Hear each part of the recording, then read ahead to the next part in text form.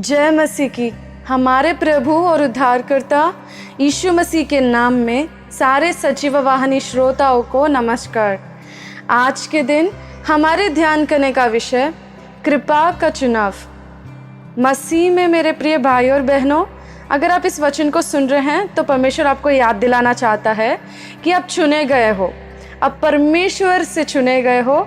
और ये जो चुनाव है ये परमेश्वर अपनी कृपा के अनुसार चुनता है अपने लोगों को। आप सोच रहे होंगे मेरे में तो कोई ख़ास बात नहीं है जो परमेश्वर ने मुझे चुना है, मेरे में कोई प्रतिभा नहीं है, मेरे में कोई उपहार नहीं है, फिर परमेश्वर मुझे कैसे चुना है? मैं तो अच्छा पढ़ा लिखा भी नहीं हूँ, मेरे दिमाग में तो कोई बात अच्छे से जाती भी नहीं है। क्या परमेश्वर ने मुझे चुना है? जो दुनिया का रचने वाला परमेश्वर है, क्या उसने मुझे चुना है, मुझे बुलाया है? तो मेरे प्रिय भाई और बहनों, ये सच है कि परमेश्वर ने आप ही को चुना है। जैसे हम जानते हैं, परमेश्वर का अनुग्रह और उसका कृपा नालायक लोगों को लायक और अयोग्य को योग्य बनाती है। ये परमेश्वर की कृपा है जो हमें वैसे लायक और योग्य बनाती है। ये हमारे अच्छे कामों या अच्छे कर्मों की वजह से नहीं, पर परमेश्वर के परिपूर्ण कृपा और अनुग्रह से ही परमेश्वर ने हमें चुना है। इस वजह से कि हम अपनी ढींग नहीं पर परमेश्वर की महिमा करें, उसकी स्तुति करें हमारे ज़िंदगी के लिए, और हमें खुश होने की या घमंड होने की हमारी कोई काम आगे ना आए। हमारी पूरी घमंड परमेश्वर पर रहने के लिए, और परमेश्वर ने हमें उसकी दया, उसकी कृपा से परमेश्वर ने हमें चुना है। तो अगर आज के दिन आप सोच रहे हैं कि आप अयोग्य हैं और नालायक हैं और आप में कोई प्रभावशालीता नहीं है, तो आप आ जाइए परमेश्वर के पास। इस वजह से क्योंकि परमेश्वर का चुनाव जो है वो अनुग्रह कृपा से है।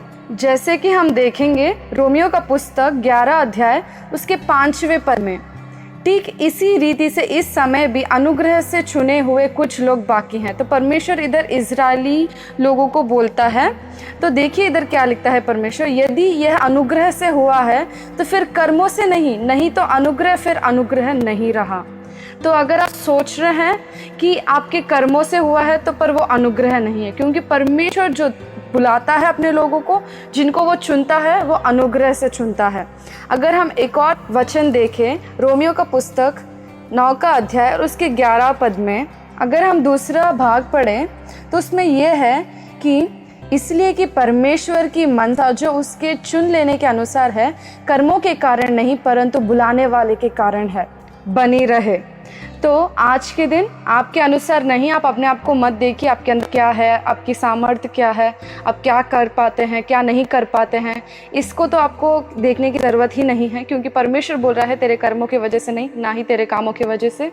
ये बुलाने वाले, हमको आज बुलाने वाला हमारा प्रिय परमेश्वर यीशु मसीह है। वो हमें बुलाता है अनुग्रह से, तो हम उस अनुग्रह को स्वीकार कर परमेश्वर की तरफ मुड़ेंगे और बिना कोई डर या झिझक के परमेश्वर के पास आकर हम उसकी सेवा करेंगे। आमीन। परमेश्वर इस वचन को आशीष दे।